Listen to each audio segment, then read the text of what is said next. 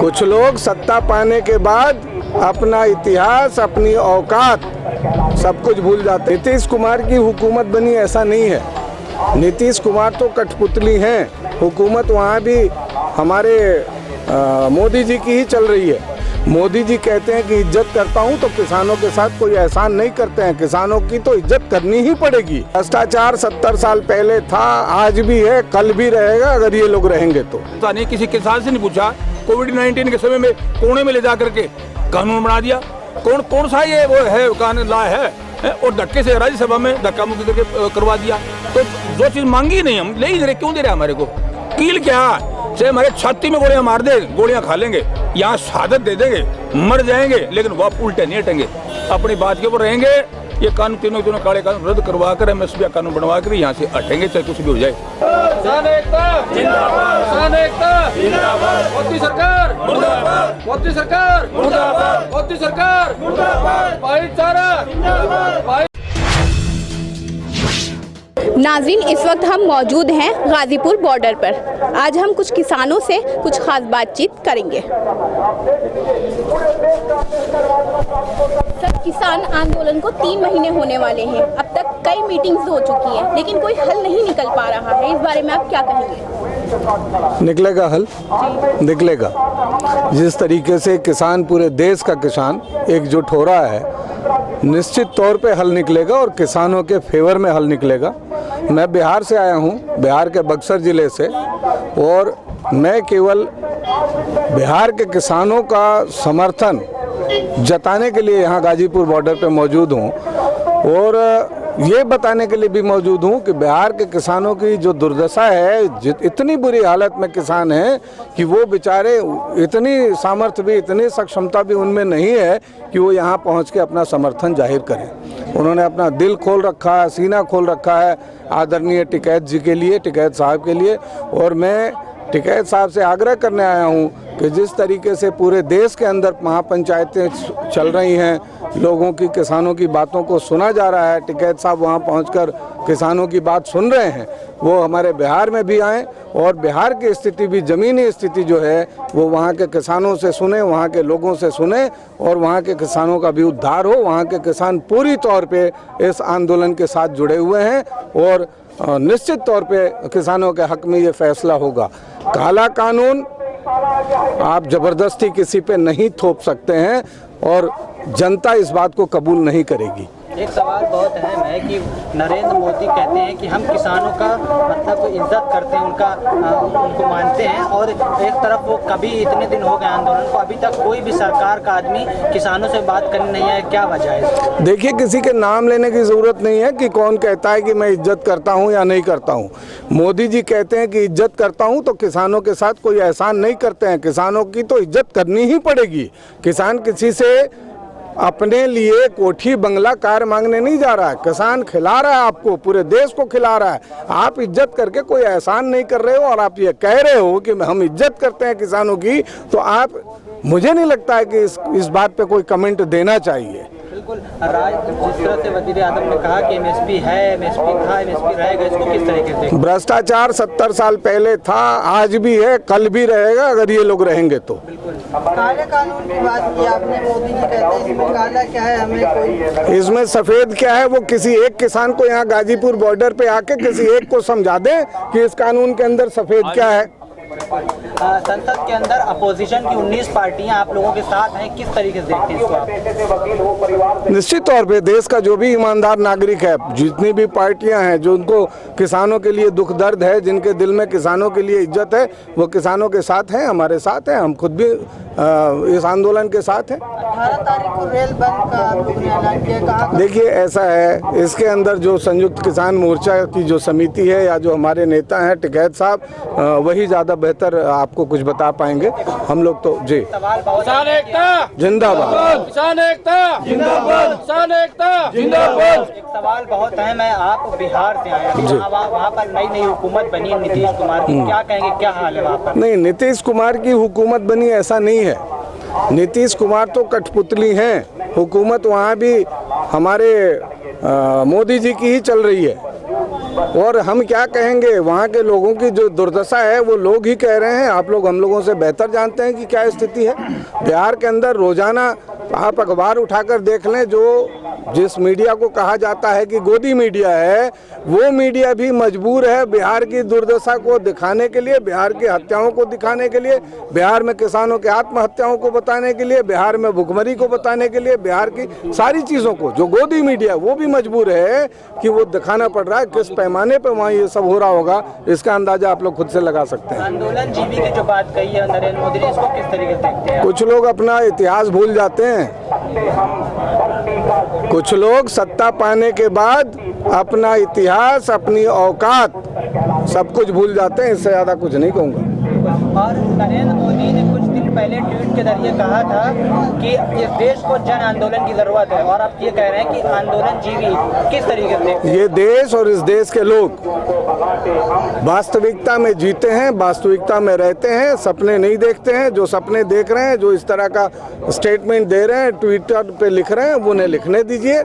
देश की जनता वास्तविकता में जीती है, वास्तविकता में जी रही है और हमेशा जिएगी, उसे सपनों से मतलब नहीं। सवाल और अहम सवाल है कि आपके इस आंदोलन का आखिरी पहलू क्या होगा? विजय, किसानों का भला, किसानों का हक का मिलना, ये आखिरी पहलू है जी। जीत, किसानों की जीत रहेगी, किसानों की जीत के सिवाय कुछ नहीं। 1907 में एक बार हुआ था ये इसी तरह का आंदोलन किसानों का। 1907 के अंदर अंग्रेजों की सरकार होती थी, वोट का राज नहीं था, तब 9 महीने चला था वो। तो 9 महीने भी जीत किसानों की हुई थी। ये चाहे 9 महीने के 9 साल चला ले, हमें कोई परवाह नहीं, हम एक एंजॉय कर रहे हैं एक किस्म का, ये समझो। और अब जो किसान है वो मजबूती से, अपनी मजबूती से अटल रह करके ये लड़ेगा। जब तक तीनों काले कानून रद्द नहीं हो जाते तब तक किसान चैन की नींद नहीं सोएगा।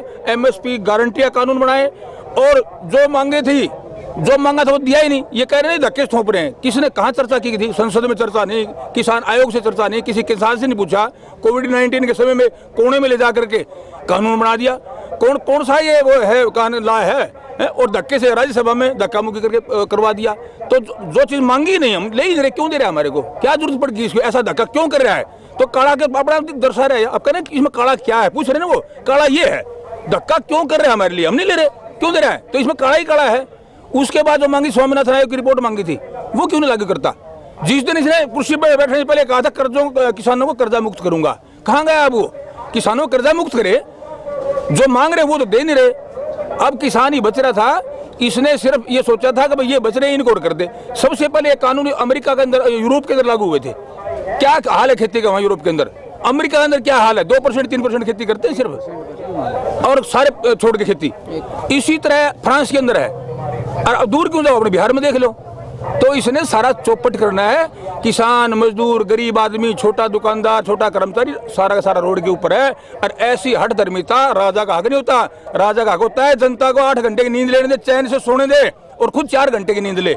लेकिन ये यहाँ उल्टा, जो मांग रहे वो तो दे रहे, धक्का कर रहे हैं। एक बात और कहता हूँ, इस पद पर, सम्मानित पद पर बैठे हुए झूठ बोलना, ढोंग करना, इस प्रकार का जो राजा होता है वो एक गलत नीति की तरफ जाता है। वो देश को स्वतंत्रता की ओर ले जाता है। और एक बात और बता दूं, आपने शास्त्रों में लिखा है, ये निसंतान राजा कभी देश का भला नहीं कर सकता।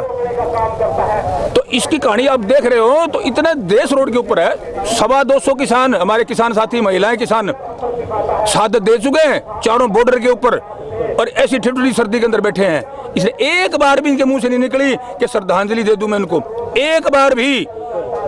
कहाँ का राजा है ये बताओ? तो इसको मैं परमात्मा से दुआ करते हैं कि हे भगवान इसको सद्बुद्धि दे दे और ये जल्दी मान जाए ठीक ठाक, वरना तो देखो किसान तो वापस हटने वाले नहीं है। किसान आंदोलन को खालिस्तानी, पाकिस्तानी, चीनी एजेंट और सब कुछ कहकर बदनाम किया गया और कीले लगाई गई, तारे लगाए, उसके बावजूद किसान डटा हुआ है, क्या कहेंगे आप? इसके बाद ये कहेंगे हम अटल हैं, चाहे कील क्या, चाहे हमारे छाती में गोलियां मार दे, गोलियां खा लेंगे, यहाँ शहादत दे देंगे, मर जाएंगे, लेकिन वो उल्टे नहीं हटेंगे, अपनी बात के ऊपर रहेंगे। ये कानून तीनों काले कानून रद्द करवा कर MSP कानून बनवा कर यहाँ से हटेंगे, चाहे कुछ भी हो जाए। आर और पार की लड़ाई है अब। वापिस नहीं जाने वाले। घर वापसी तभी होगी जब कानून वापसी। धन्यवाद। हाँ बिल्कुल बिल्कुल। आपका चैनल जिस हिसाब से हमने पहले भी देखते रहते हैं, किसानों की आवाज़ जो धरातल की आवाज़ है आप लोग उठाते हो। गोदी मीडिया सिवाय किसानों को बदनाम करने के और कुछ भी नहीं करता है, ये बड़ा दुर्भाग्यपूर्ण है। जबकि मीडिया का काम है साफ सुथरी बात करे, जो भी सच्चाई है।